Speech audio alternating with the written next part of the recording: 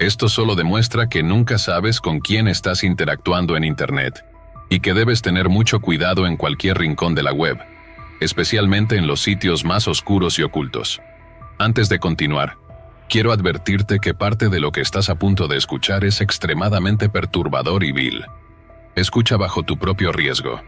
La mayoría de la gente no me cree cuando les cuento esta historia, pero puedo asegurarte que todo lo que estoy a punto de relatar es 100% auténtico. Esta fue mi experiencia en las profundidades de la red oculta. La historia ocurrió hace al menos 7 u 8 años. Estaba explorando los rincones más oscuros de la web, también conocidos como la red profunda, por primera vez. Había oído mucho sobre los horrores y los peligros que se escondían allí, pero más que sentir miedo, sentía una curiosidad malsana que me impulsaba a saber más. Mi amigo Marcos fue quien me introdujo a estos sitios. Marcos siempre había tenido un gusto por lo macabro y lo extraño, y solía hablarme de todas las cosas locas que podías encontrar en esos lugares.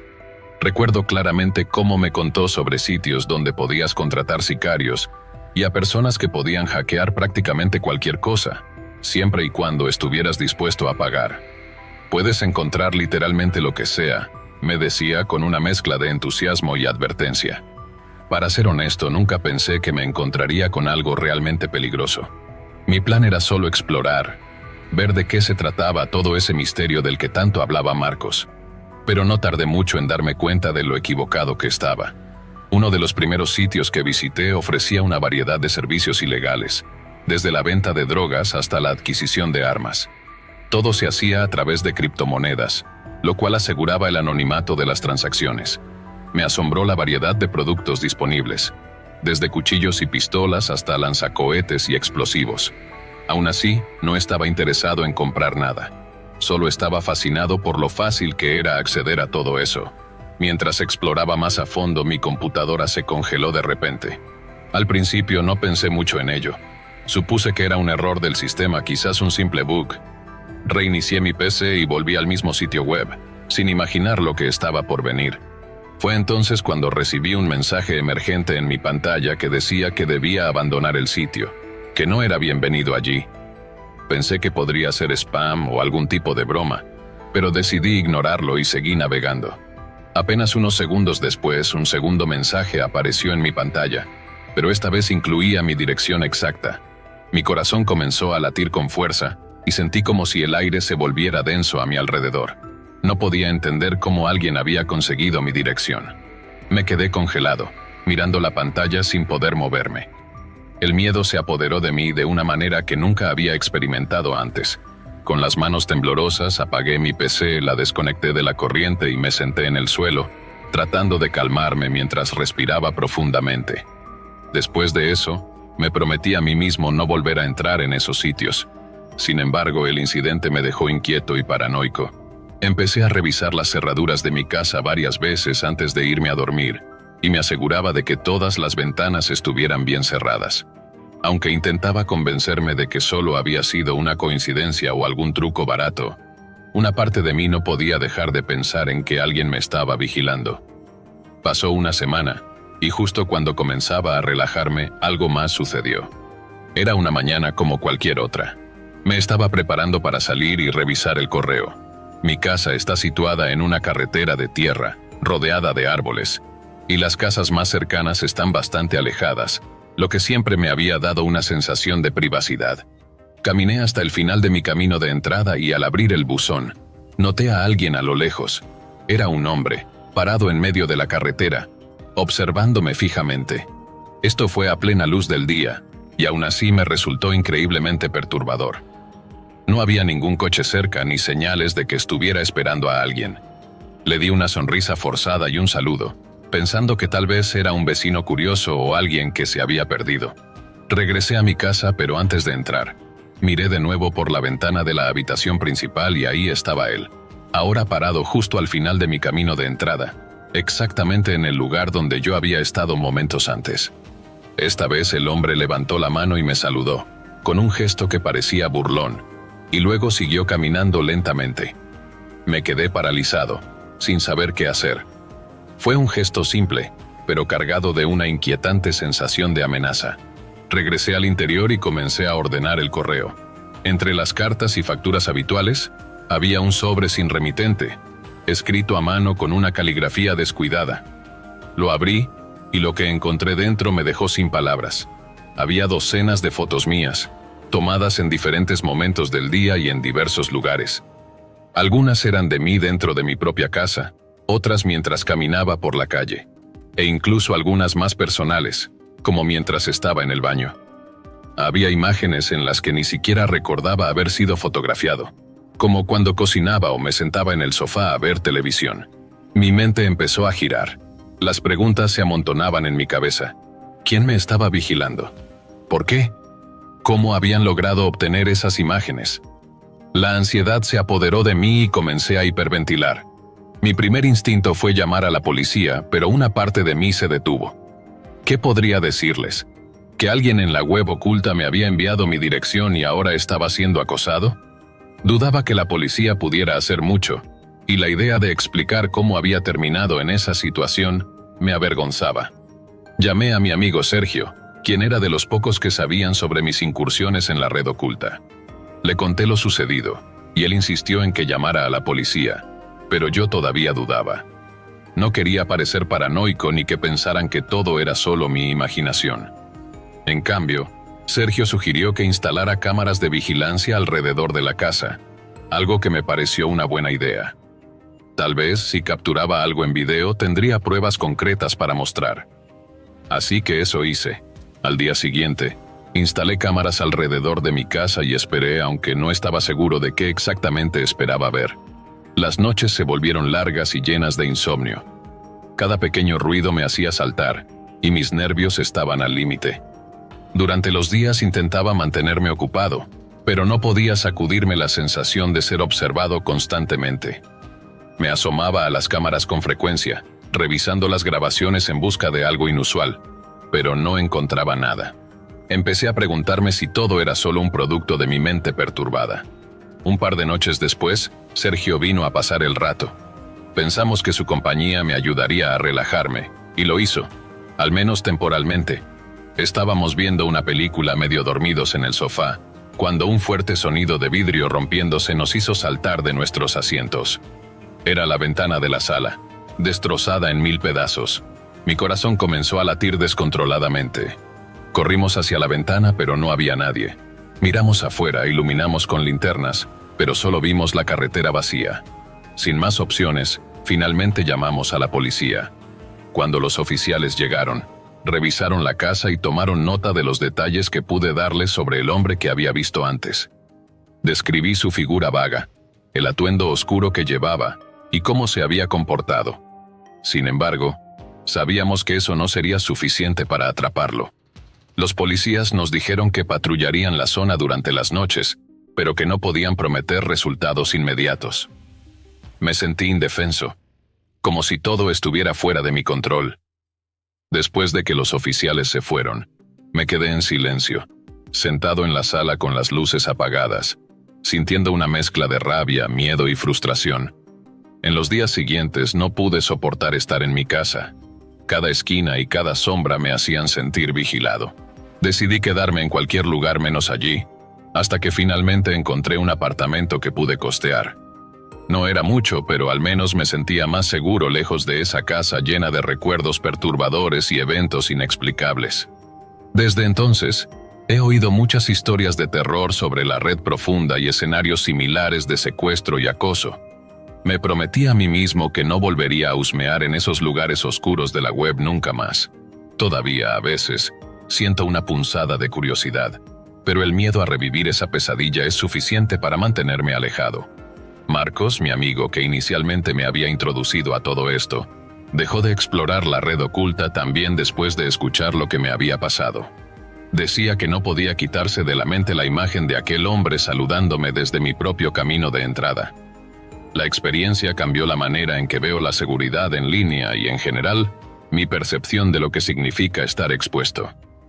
Desde entonces, he tomado medidas adicionales para proteger mi privacidad, no solo en línea, sino en la vida diaria. Pero aún así, cada vez que siento que alguien podría estar mirándome o que un coche parece seguirme durante demasiado tiempo, mi corazón late un poco más rápido de lo normal. Aunque ya han pasado varios años desde aquellos eventos, la sensación de estar bajo vigilancia nunca se ha desvanecido por completo. Cada vez que cierro mis ojos y pienso en aquellos momentos, no puedo evitar preguntarme qué tan cerca estuve realmente del peligro, y cuántas otras personas podrían estar viviendo algo similar en este mismo instante, sin siquiera saberlo. La red profunda es un lugar donde la moralidad y la legalidad dejan de tener significado, y donde la vida humana puede parecer solo una mercancía más. No sé quién era ese hombre, o por qué decidió acosarme, pero lo que sí sé es que su sombra ha quedado grabada en mi mente como una advertencia constante. Ahora, cada vez que alguien me menciona la red profunda, mi reacción inmediata es advertirles que no se acerquen. No importa cuán preparado creas estar, o cuán seguro pienses que estás. Hay fuerzas y personas en esos lugares que superan cualquier límite de lo que podrías imaginar. Y a veces esa curiosidad que sientes puede llevarte a un lugar del que es imposible regresar. En la superficie, el Internet parece un lugar seguro y accesible para todos, pero justo debajo, a solo unos clics de distancia, hay un abismo oscuro que puede devorarte por completo. Después de aquel incidente con la Dark Web, mi familia y yo continuamos viviendo en la misma casa durante casi 2 años. Aunque nunca apareció nadie para hacernos daño, al menos que yo supiera, hubo varias noches en las que sucedieron cosas que aún no puedo explicar. A veces, en altas horas de la noche, mi esposa y yo escuchábamos golpes en la puerta o en nuestra ventana del dormitorio. Cada vez que íbamos a mirar, no encontrábamos a nadie. Aún no sé si esos eventos estaban relacionados con aquel perturbador acosador de la Dark Web, o si simplemente se trataba de niños jugando bromas como tocar el timbre y correr. Hasta el día de hoy, no tengo una respuesta clara. Antes de que todo eso ocurriera, solía navegar por la Dark Web con frecuencia, especialmente durante las noches de aburrimiento. En una de esas ocasiones me encontré en una sala de chat y conocí a un tipo llamado Lucas. Lucas y yo hablamos por un tiempo y con el tiempo nos hicimos bastante buenos amigos. Durante meses charlábamos a diario sobre temas triviales, compartíamos videos graciosos y memes. Era como un amigo más de Internet con el que me llevaba bien, y nuestras interacciones se volvieron parte de mi rutina. Todo parecía normal. Era solo una noche más de charlas en la computadora con Lucas y otros conocidos que había hecho en la Dark Web. De repente, Lucas me envió un enlace. Sin pensar mucho, hice clic en él, esperando encontrar un video gracioso o algo inofensivo. Sin embargo, lo que vi fue algo totalmente diferente y aterrador. Un espectáculo que aún hoy me cuesta procesar, especialmente ahora que estoy recordándolo. El enlace me llevó a una transmisión en vivo en la que una mujer estaba atada y completamente desnuda. Junto a ella había un hombre adulto con una máscara negra, a quien supuse que era su secuestrador. Lo más perturbador fue notar que más de 200 personas estaban viendo esa transmisión en vivo. El hombre enmascarado se dirigió a los espectadores, pidiéndoles que votaran sobre cómo debía asesinar a la mujer. Las opciones eran horribles: quemarla viva, sumergirla en agua hirviendo, cortar sus extremidades hasta desangrarla, o dispararle. Al final, optó por hervirla, y fue entonces cuando empecé a grabar con mi teléfono, aunque trataba de no mirar la pantalla. Nunca había sentido tanto pánico en mi vida. Tenía miedo, pero mi instinto me llevó a capturar la transmisión para poder mostrarla a las autoridades. Sin embargo, aunque intentaba apartar la vista, me encontraba constantemente volviendo a mirar. Fue una experiencia extremadamente difícil de soportar y creo que, de alguna manera, presenciar eso me dejó secuelas mentales. Era como si algo en mi interior me obligara a seguir mirando, a pesar del horror. Finalmente, no pude aguantar más y cerré la Dark Web. Apagué mi computadora y la desconecté de la corriente. Llamé a mi mejor amigo, Juan, alguien de la vida real en quien confiaba, y le conté lo que había sucedido. Me animó a no llamar a la policía, sugiriendo que podría meterme en problemas solo por haber presenciado la transmisión, aunque técnicamente no había hecho nada malo. Ya tenía dudas sobre informar a las autoridades, así que al final decidí no hacerlo. Mirando hacia atrás, no estoy seguro de si la policía hubiera podido ayudar de alguna manera. Aún no sé si Lucas estaba detrás de todo esto, o si él también fue víctima de un hackeo. Después de esa noche, no volví a entrar a la Dark Web. El miedo y la incertidumbre de lo que podría haber pasado me disuadieron de arriesgarme de nuevo. No tengo forma de saber si Lucas me envió ese enlace a propósito o si fue manipulado, pero lo cierto es que prefiero mantenerme lejos de ese lado oscuro de Internet. La noche en que decidí explorar la Dark Web fue un momento decisivo. La experiencia me enseñó a ser más cauteloso con la información que comparto en línea y a ser consciente de los riesgos asociados con la exploración de áreas ocultas en Internet. Aunque no puedo cambiar lo que sucedió, espero que mi historia sirva como advertencia para otros que puedan considerar adentrarse en la Dark Web, sin comprender completamente los peligros involucrados. A lo largo de los años, he tratado de dejar atrás el trauma de esa experiencia. La vida ha continuado y he encontrado formas de superar el miedo y la ansiedad. Claudia y yo hemos trabajado juntos para reconstruir nuestra relación y retomar una rutina más estable. La experiencia en la Dark Web, aunque aterradora, también me ha hecho más consciente de los riesgos asociados con la tecnología y la seguridad en línea. He aprendido a valorar la seguridad personal y a ser más cauteloso con mis exploraciones en Internet. A veces, lo que parece una simple curiosidad puede tener consecuencias graves y duraderas. Aunque el incidente fue una experiencia difícil, me ha dado una perspectiva valiosa sobre la importancia de la prudencia en el mundo digital. La historia de mi encuentro con la Dark Web es un recordatorio de los peligros que acechan en las sombras de Internet. La curiosidad puede llevarnos a explorar territorios desconocidos, pero es fundamental ser consciente de los riesgos y actuar con precaución. La experiencia me ha enseñado a valorar la seguridad y a mantenerme alejado de las áreas ocultas y peligrosas de la red. Espero que mi relato sirva como advertencia para otros y que, al compartir mi experiencia, pueda ayudar a prevenir que alguien más pase por una situación similar. La seguridad en línea es crucial, y es fundamental ser consciente de los riesgos antes de aventurarse en el oscuro y enigmático mundo de la Dark Web. Hace aproximadamente 7 años, cuando aún estudiaba odontología en una universidad de la Ciudad de México, me enfrenté a una experiencia que dejó una marca indeleble en mi vida. Mi primer semestre en la universidad estuvo lleno de promesas y desafíos. La facultad a la que asistía era una de las más prestigiosas del país, y el costo de la matrícula era sorprendentemente bajo, menos de $1 por semestre. Esta accesibilidad económica era posible gracias a que la universidad era pública y se encontraba en la capital, un lugar donde el acceso a la educación superior de calidad es limitado para muchos. No obstante, esta ventaja económica venía acompañada de desafíos adicionales, como los costos del transporte y los materiales necesarios para nuestras prácticas. En el campo de la odontología, la habilidad práctica es fundamental. Los estudiantes que logran destacarse en las prácticas tienen una ventaja considerable en el mercado laboral. Mientras que algunas universidades privadas o en el extranjero cuentan con materiales avanzados para la práctica, en nuestra universidad pública enfrentábamos limitaciones significativas.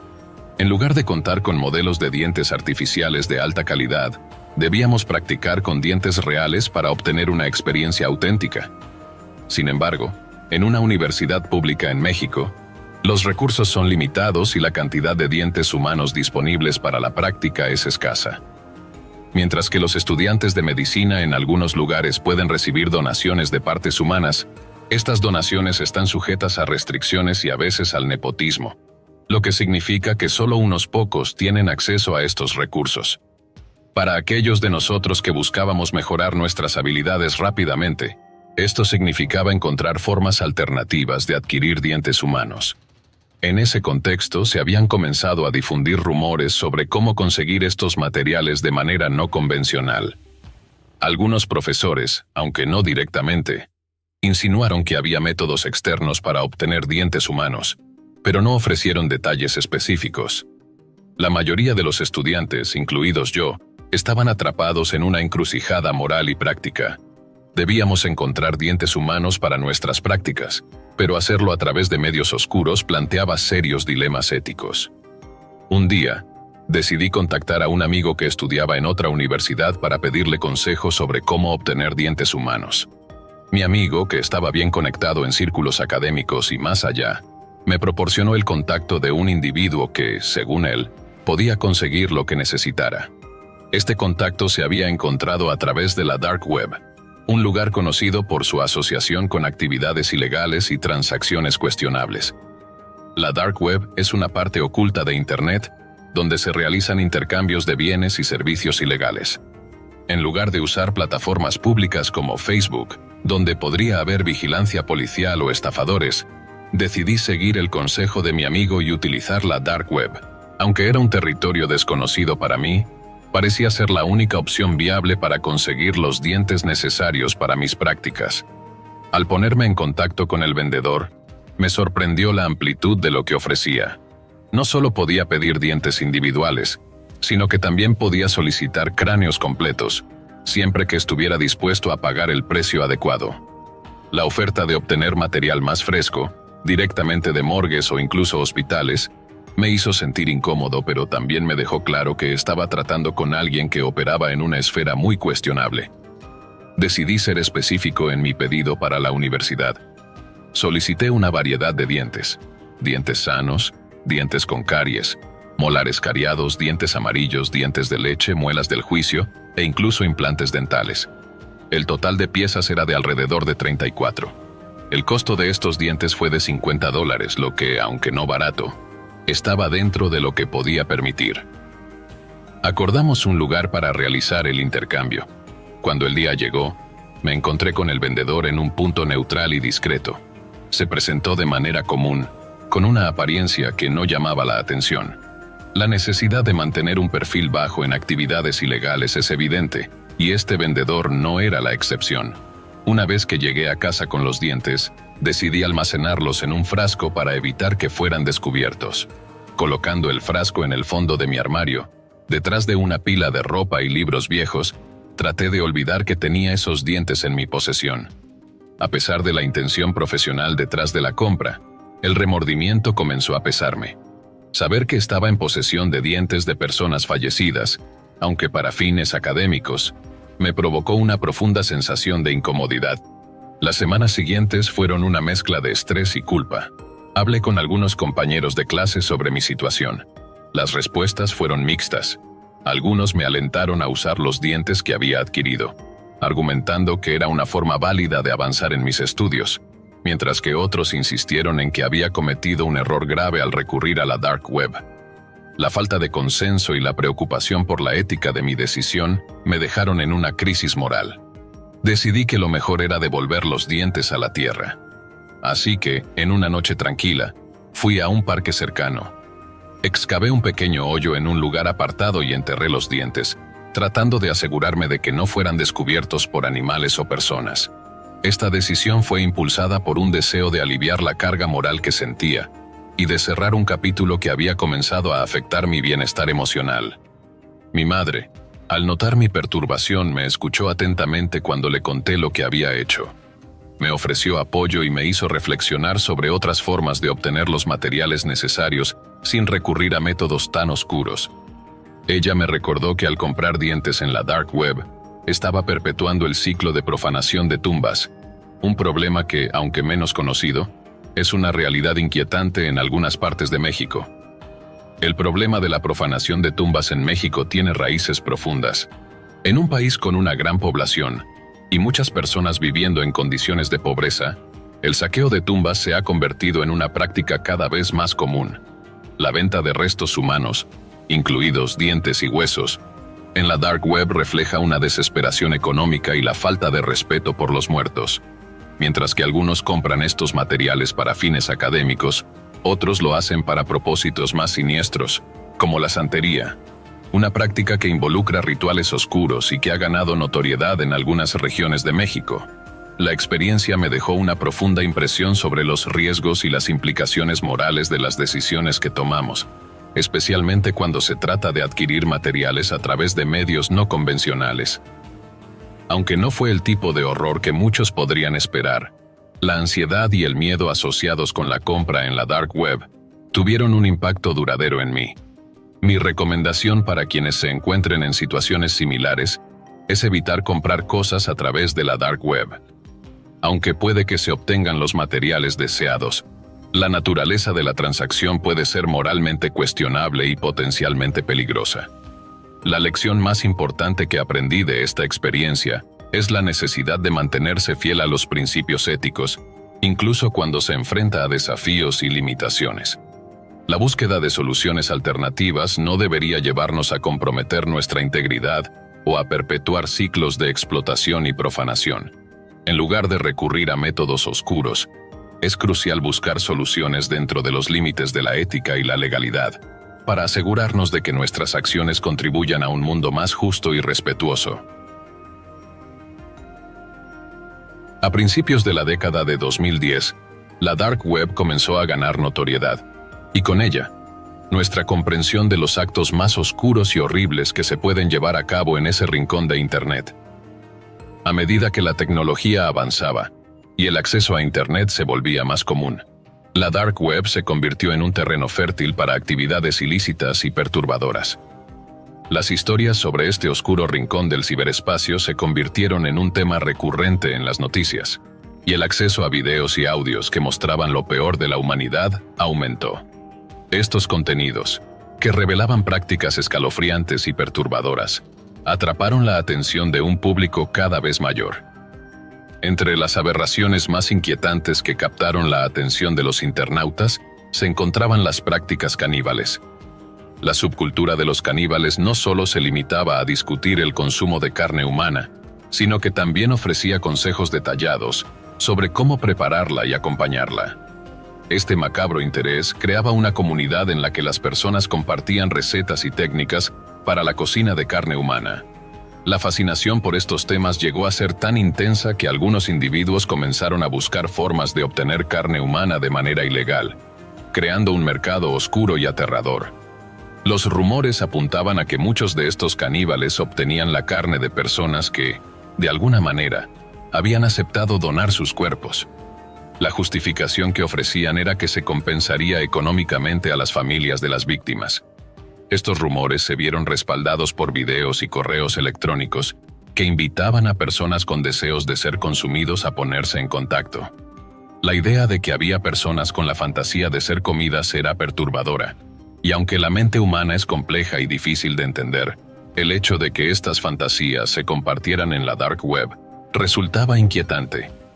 A pesar de la percepción de que tales prácticas solo ocurrirían en lugares remotos o con leyes laxas, la realidad era que estos actos horribles estaban mucho más cerca de casa de lo que muchos imaginaban. México, aunque no es considerado un país de primer mundo, no era ajeno a actividades ilegales de todo tipo.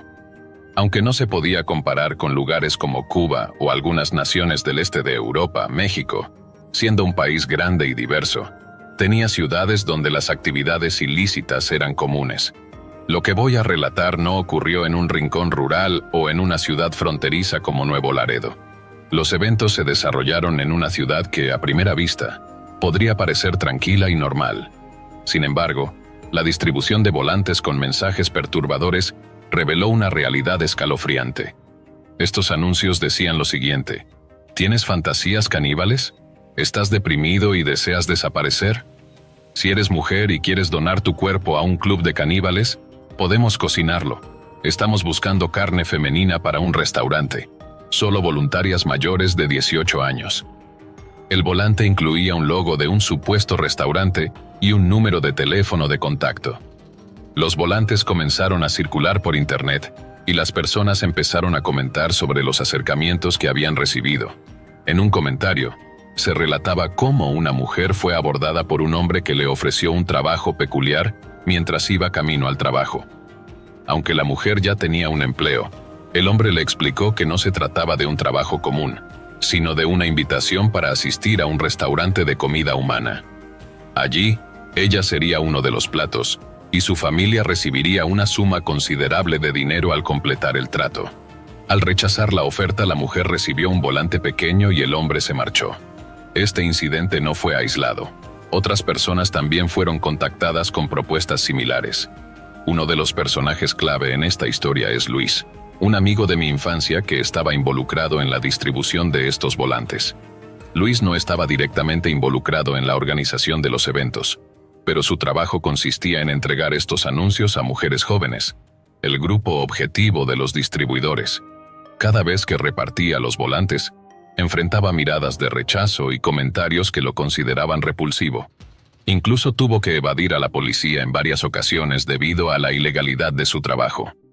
Un día, Luis decidió preguntar al hombre que le proporcionaba los volantes sobre el propósito real de estos anuncios.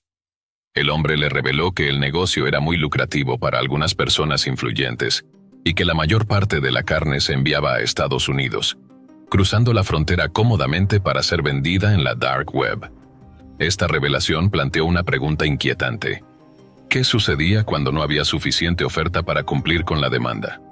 Aunque al principio no presté mucha atención a esta pregunta, la situación cambió cuando comenzaron a ocurrir desapariciones. Las primeras desapariciones fueron tratadas como casos aislados, pero comenzaron a acumularse y la comunidad empezó a preguntarse si podría haber una conexión con los volantes. La desaparición de Ángela, una joven de unos 18 a 20 años, fue especialmente impactante. Vivía en una comunidad de bajos ingresos donde todos se conocían, aunque no necesariamente por nombre. La noticia de su desaparición fue alarmante. Sus pertenencias, incluido su teléfono móvil y su bolso, seguían en su casa. No había señales de lucha o de que hubiera llevado algo consigo, lo que hizo que su desaparición fuera aún más desconcertante. La comunidad estaba en shock, y muchos comenzaron a temer por la seguridad de sus propias familias. Luis y yo, que conocíamos a Ángela, comenzamos a considerar si su desaparición podría estar relacionada con los volantes. La situación se volvió más personal cuando, tras la desaparición de Ángela, los distribuidores de los volantes desaparecieron sin dejar rastro. Luis perdió su trabajo, y las personas involucradas en la búsqueda de sujetos para ser consumidos se desvanecieron. La falta de información y la desaparición de todos los involucrados dejaron un vacío inquietante en la comunidad. La posibilidad de que Ángela y otras jóvenes de la zona fueran víctimas de una red de caníbales comenzó a tomar forma. Aunque nunca se encontró a Ángela, ni se juzgó a nadie por su desaparición, y a pesar de la escasez de información, la teoría de que pudo haber sido víctima de una red de caníbales no parecía descabellada. La falta de respuestas y el silencio de las autoridades dejaron un rastro de incertidumbre y miedo en la comunidad. En cuanto a las investigaciones, los medios locales apenas cubrieron el caso, y la atención pública se desvió hacia otras tragedias. La desaparición de una joven de una familia de bajos ingresos no generó grandes titulares, y la falta de cobertura mediática hizo que el caso quedara en el olvido. Las autoridades locales realizaron investigaciones limitadas, pero la falta de pruebas concretas y la ausencia de testigos complicaron el avance del caso. A lo largo de los años, la comunidad continuó lidiando con el impacto emocional y psicológico de estos eventos. La sensación de inseguridad y la desconfianza hacia los extraños se convirtieron en una constante en la vida diaria. La posibilidad de que un grupo de caníbales estuviera operando en la cercanía era una pesadilla constante, y la incertidumbre sobre lo que había sucedido con Ángela y otras personas desaparecidas persistió. La experiencia de Luis y la mía nos enseñó que a veces la realidad puede ser más perturbadora que cualquier ficción. La existencia de redes de caníbales y las desapariciones inexplicables son recordatorios escalofriantes de que el mal puede estar más cerca de lo que imaginamos. La falta de respuestas y el miedo constante son las secuelas de una experiencia que nunca podremos olvidar. Con el paso del tiempo, la comunidad ha aprendido a vivir con la sombra de estos eventos. Aunque la vida continúa, el impacto de lo sucedido sigue presente en nuestras mentes. La historia de Ángela y las desapariciones relacionadas con los volantes es un recordatorio de que el mundo puede ser un lugar oscuro y peligroso, y que a veces el mal puede estar más cerca de lo que estamos dispuestos a aceptar. Hoy, después de más de una década desde la última vez que vimos a Ángela, la comunidad sigue sin tener respuestas. La posibilidad de que haya sido tomada en contra de su voluntad y enviada al otro lado de la frontera en bolsas selladas al vacío para ser consumida por individuos perturbados es una idea inquietante. La conexión entre los volantes y las desapariciones sigue siendo una sombra sobre nuestra comunidad, y el silencio de los involucrados solo alimenta la especulación.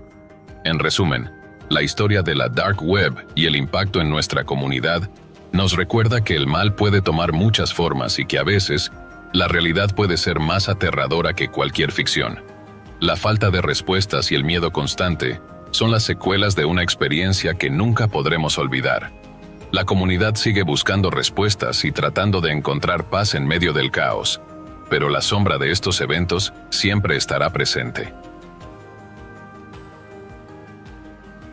Hace algunos años, cuando aún era bastante joven y el Internet estaba en sus primeras etapas de desarrollo, me encontré inmerso en un mundo muy diferente al que había conocido hasta entonces.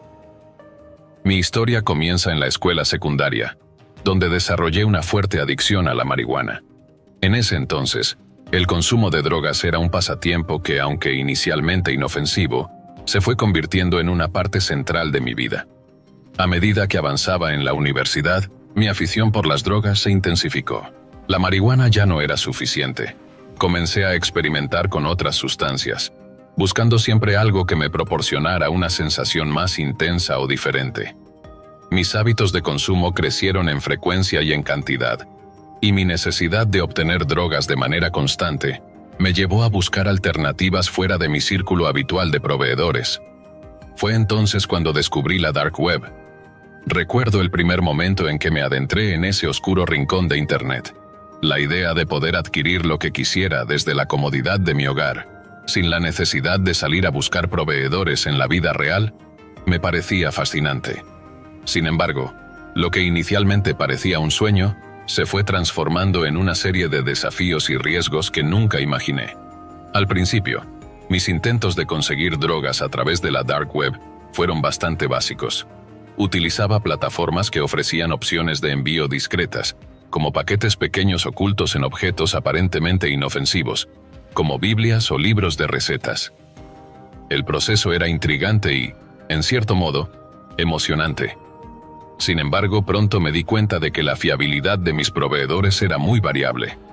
Los precios que ofrecían no siempre eran negociables, y la calidad de las drogas a veces dejaba mucho que desear.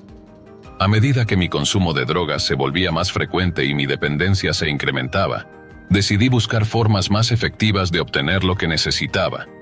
Mi principal problema era la falta de confianza en los proveedores y la dificultad para obtener productos de buena calidad a precios razonables. Fue en ese momento cuando un proveedor habitual, con quien había estado tratando durante los últimos 3 meses, me hizo una oferta que parecía demasiado buena para ser verdad.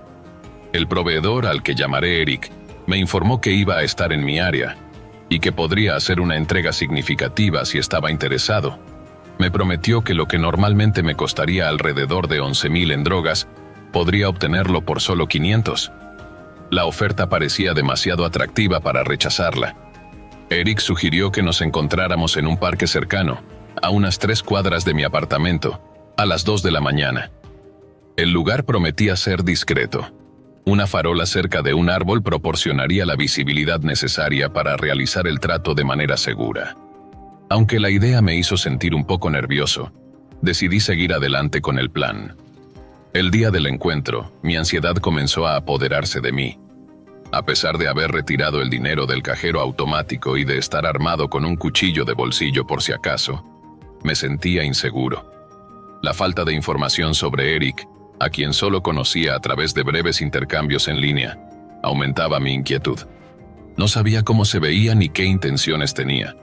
En lugar de enfrentar mis temores, traté de convencerme de que todo saldría bien, que la entrega sería rápida y que podría irme a casa sin problemas. A medida que se acercaba la noche, mi nerviosismo crecía. Decidí salir de mi apartamento alrededor de la 1:30 de la mañana y dirigirme al parque. La idea era esperar bajo la farola, fumando cigarrillos mientras escuchaba música en mi iPod. Pensaba que esto me ayudaría a calmar mis nervios y a mantenerme ocupado mientras esperaba a Eric. Sin embargo, a medida que pasaba el tiempo, mi ansiedad aumentaba. Las 2 de la mañana llegaron y pasaron, y Eric aún no aparecía. A las 2:10 ya comenzaba a preocuparme, y mi desconfianza se transformaba en una profunda sospecha. Finalmente, alrededor de las 2:25, vi a un hombre acercándose a mí a lo lejos. Caminaba rápidamente y llevaba una capucha que cubría su rostro. Pensé que este podría ser Eric, y me sentí aliviado al verlo aproximarse. El hombre hizo una señal hacia el árbol cercano y me indicó que me acercara. Me entregó una bolsa que, al abrirla, Me mostró que contenía paracetamol en lugar de las drogas que había esperado. Mi sorpresa y decepción fueron inmensas. Saqué mi billetera para entregar el dinero, pero el hombre comenzó a contar los billetes de manera furiosa. Pronto se enojó al darse cuenta de que solo había recibido 500 en lugar de los 1000 acordados. Su actitud se volvió agresiva. Fue en ese momento cuando escuché un clic detrás de mí. No era Eric quien se había acercado. Una voz profunda y amenazante me habló desde detrás, exigiendo saber por qué no había traído el dinero completo. El pánico se apoderó de mí. La voz provenía de alguien que estaba escondido detrás de mí, y no podía ver quién era. Antes de que pudiera reaccionar, me desmayé del miedo. Cuando desperté, el dolor en mi cabeza era insoportable. Me encontré solo en el parque, con la bolsa vacía a mis pies. El vendedor había desaparecido y yo había sido víctima de una emboscada. La situación me hizo sentir una mezcla de rabia y vergüenza. No solo había perdido 500, sino que también me sentía como un tonto por haber caído en la trampa. La vergüenza de haber sido engañado y robado me abrumaba. Al regresar a casa, mi primer impulso fue denunciar el incidente. Sin embargo, pronto me di cuenta de que no podía acudir a la policía, ya que mi propia actividad en la dark web no era legal. Intenté buscar al vendedor en el foro donde lo había contactado, pero descubrí que ya no estaba listado. Probablemente había creado una nueva cuenta y se había desvanecido sin dejar rastro. La experiencia me dejó una profunda lección sobre la naturaleza de la dark web y los riesgos asociados con ella.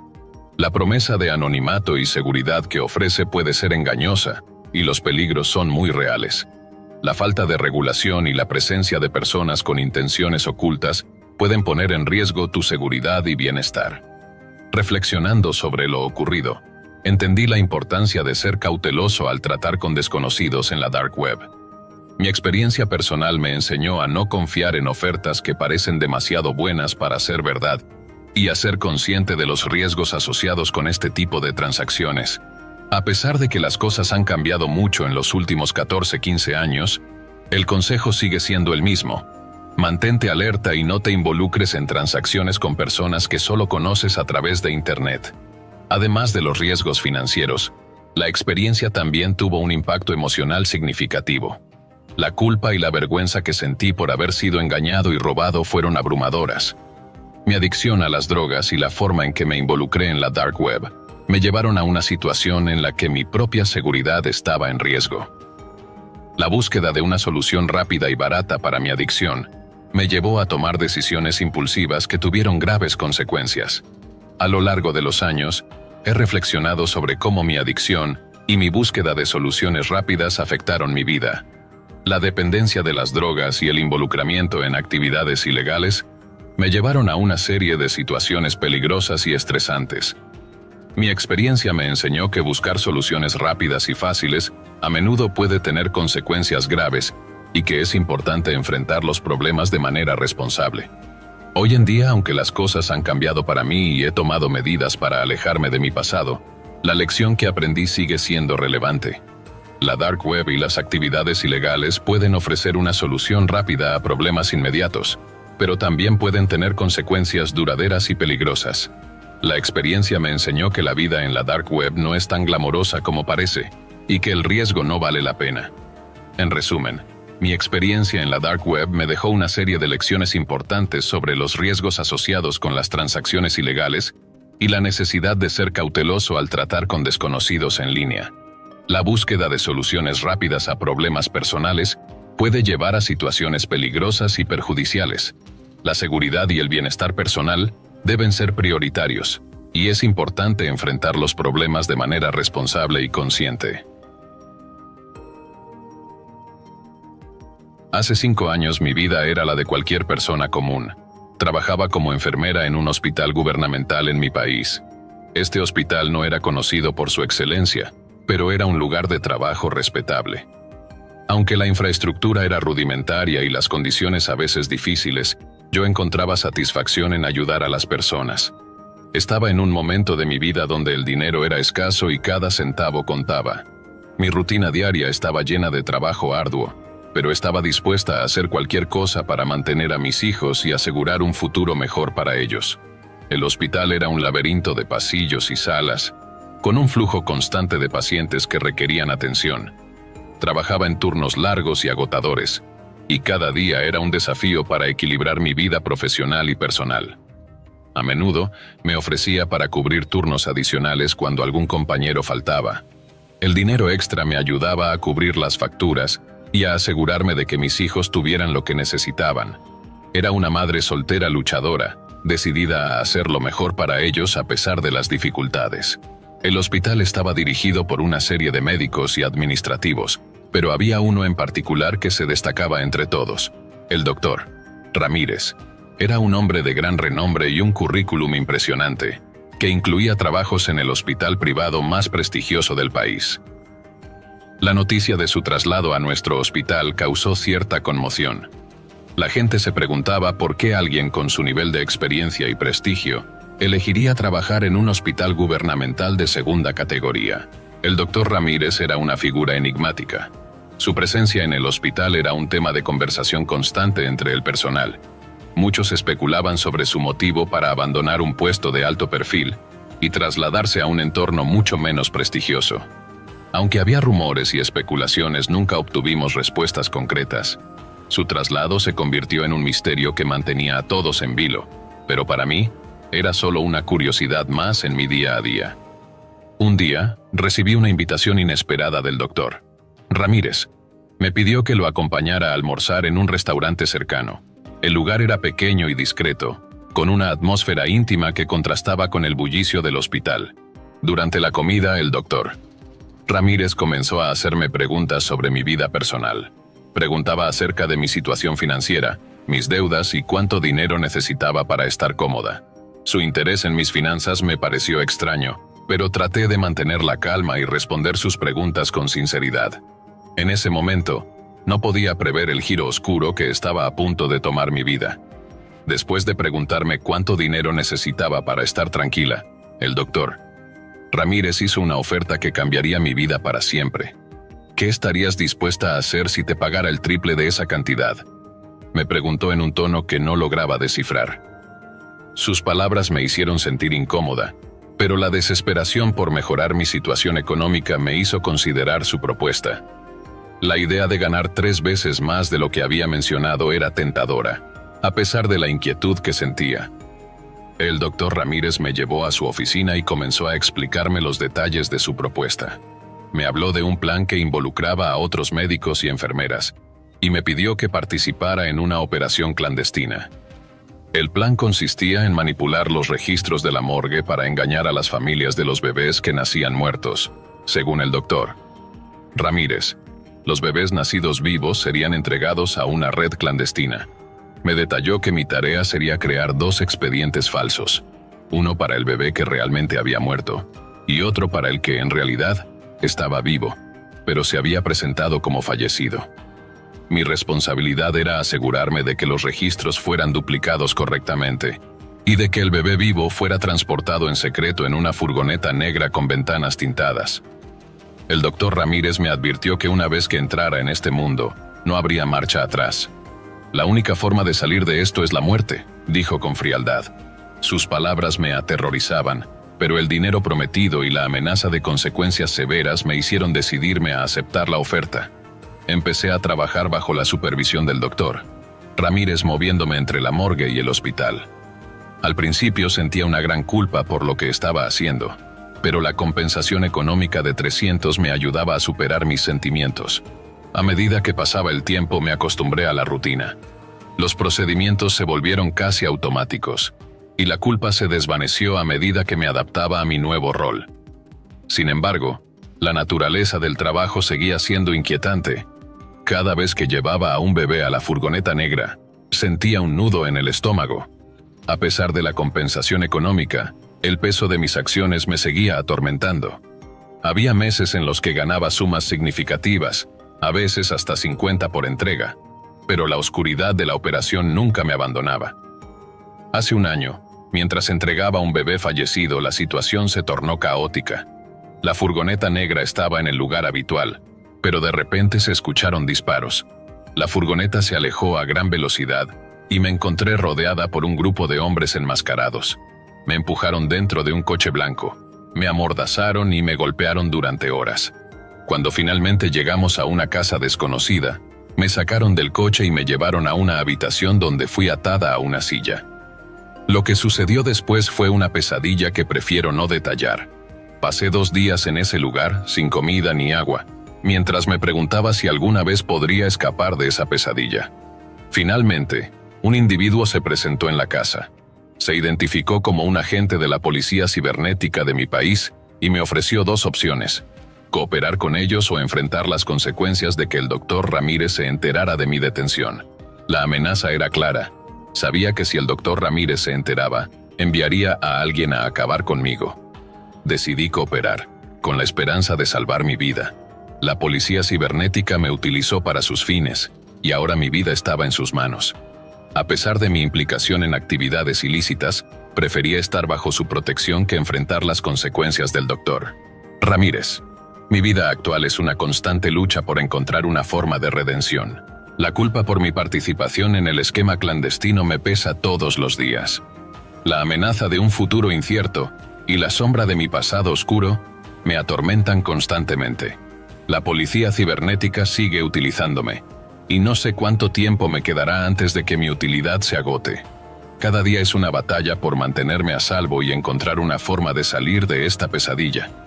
La oscuridad que rodea mi vida nunca parece desvanecerse, y el miedo a las repercusiones de mis acciones pasadas me sigue persiguiendo.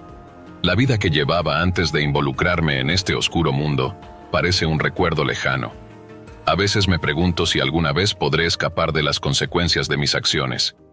La desesperación y la culpa son mis compañeras constantes. Mi vida se ha convertido en una serie de decisiones difíciles, siempre bajo la amenaza de un futuro incierto. A medida que el tiempo avanza, me doy cuenta de que la única forma de encontrar paz es enfrentar mi pasado y buscar una manera de redimir mi vida.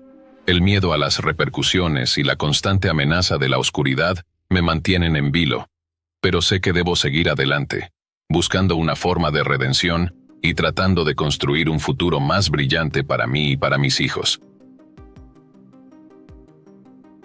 Trabajaba en Maíz Masa, una fábrica de harina de maíz en México, un lugar emblemático en el país por su producción de uno de los alimentos básicos más consumidos. La fábrica estaba situada en un distrito industrial de la ciudad, rodeada de otros talleres y almacenes que contribuían al bullicio constante de la zona. Las máquinas zumbaban sin parar y el aire estaba impregnado con el aroma a maíz procesado. En medio de esta vorágine, el trabajo era metódico y riguroso, pero también contábamos con momentos de camaradería y amistad. Carla, una mujer de unos 35 años con una actitud siempre positiva y enérgica, trabajaba como guardia de seguridad durante la noche.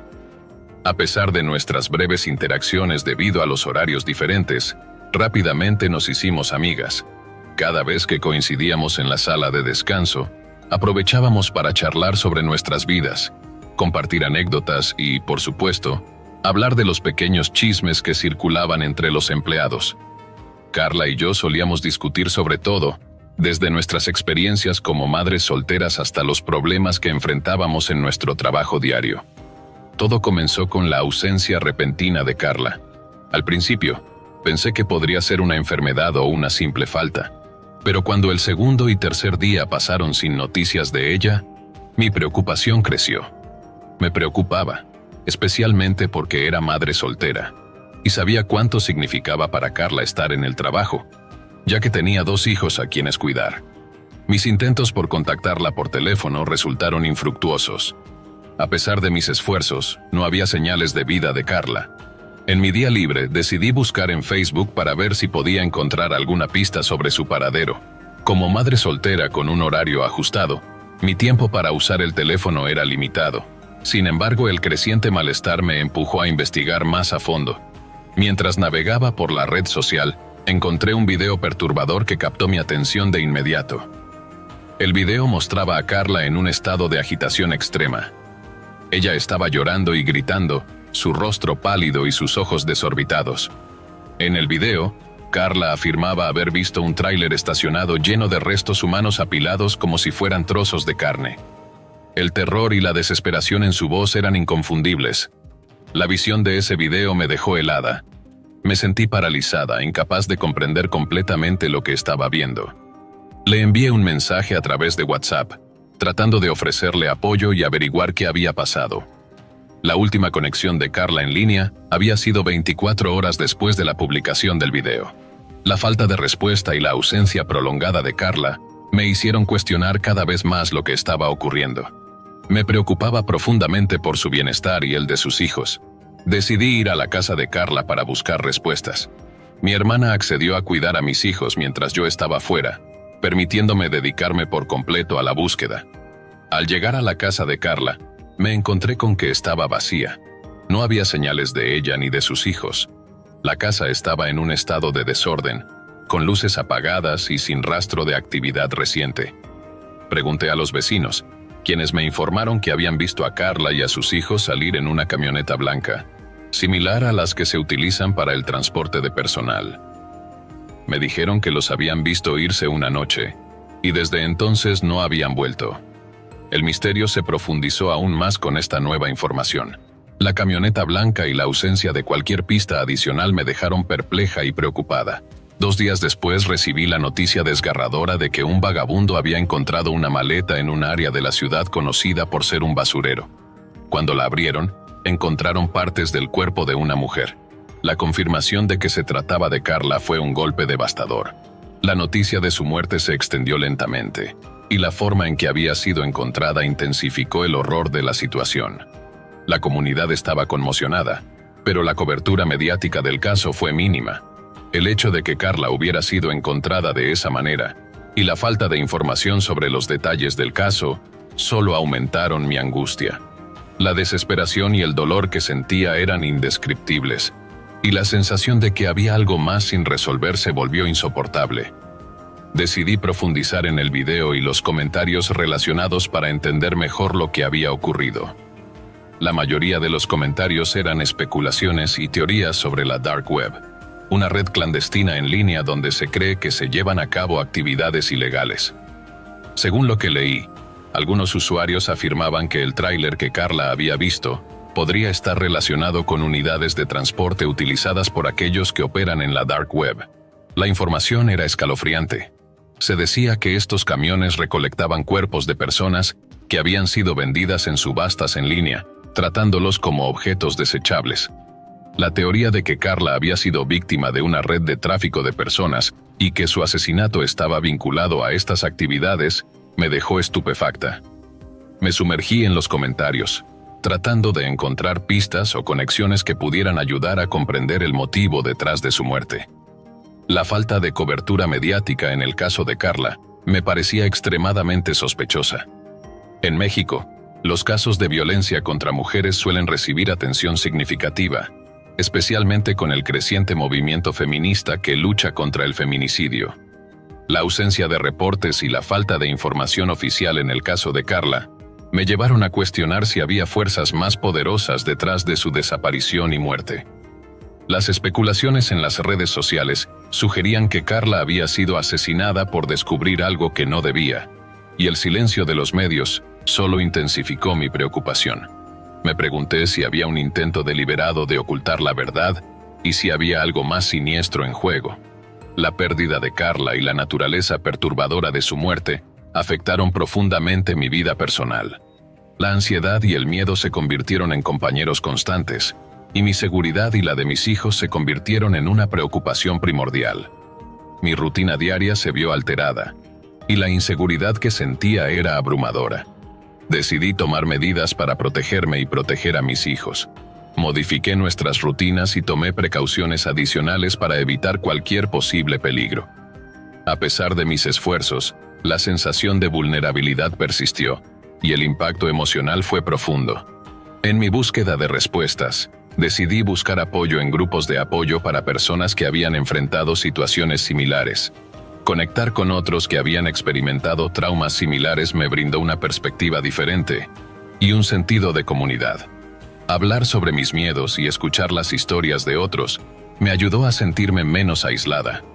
También comencé a involucrarme en actividades que me ayudaran a reconstruir mi confianza y a enfrentar mi ansiedad. Empecé a practicar deportes acuáticos algo que siempre había querido hacer pero nunca había tenido la oportunidad. El océano, con su vastedad y su ritmo relajante, se convirtió en un refugio para mí. La sensación de libertad que me daba el surf y la natación me ayudó a liberar parte del estrés acumulado y a reconectar con una parte de mí que había estado enterrada bajo el miedo y la ansiedad. A pesar del dolor y la angustia que había enfrentado, intenté encontrar un sentido de paz y estabilidad en mi vida. La experiencia me enseñó a apreciar la seguridad y a enfrentar mis miedos con valentía. Mi vida, aunque marcada por el trauma, se había convertido en una historia de resiliencia y superación. Decidí visitar la playa que había sido testigo de tanto sufrimiento, buscando una forma de redescubrir la paz que había perdido. La playa, que en un momento fue un símbolo de terror, se convirtió en un lugar donde encontré la fuerza para enfrentar mis miedos y seguir adelante. Con el tiempo, mi vida en la nueva ciudad se estabilizó, y aunque el recuerdo de Carla y el miedo que me causó nunca desaparecieron por completo, aprendí a vivir con ellos como parte de mi historia. Cada día era una oportunidad para abrazar mi nueva realidad y para seguir adelante con esperanza. La experiencia, aunque dolorosa, me enseñó a valorar la vida y la seguridad de una manera que nunca había comprendido antes. Mi historia se había convertido en una prueba de mi fortaleza y mi capacidad para enfrentar lo desconocido, y a pesar de todo, me sentí agradecida por la resiliencia que había descubierto en mí misma. Gracias por acompañarnos hasta el final. Si disfrutaste del video, asegúrate de suscribirte al canal para no perderte ninguno de nuestros próximos contenidos. Activa la campanita de notificaciones para recibir alertas cada vez que publiquemos un nuevo video. Así estarás siempre al tanto de nuestras últimas aventuras, recomendaciones y mucho más. Nos encantaría seguir creciendo y compartir contigo más experiencias emocionantes. Además, si tienes algún comentario, sugerencia o simplemente quieres decirnos qué te ha parecido, déjanos tu mensaje en los comentarios. Tu opinión es muy valiosa para nosotros y nos ayuda a mejorar cada día. Gracias por ser parte de nuestra comunidad y por tu continuo apoyo.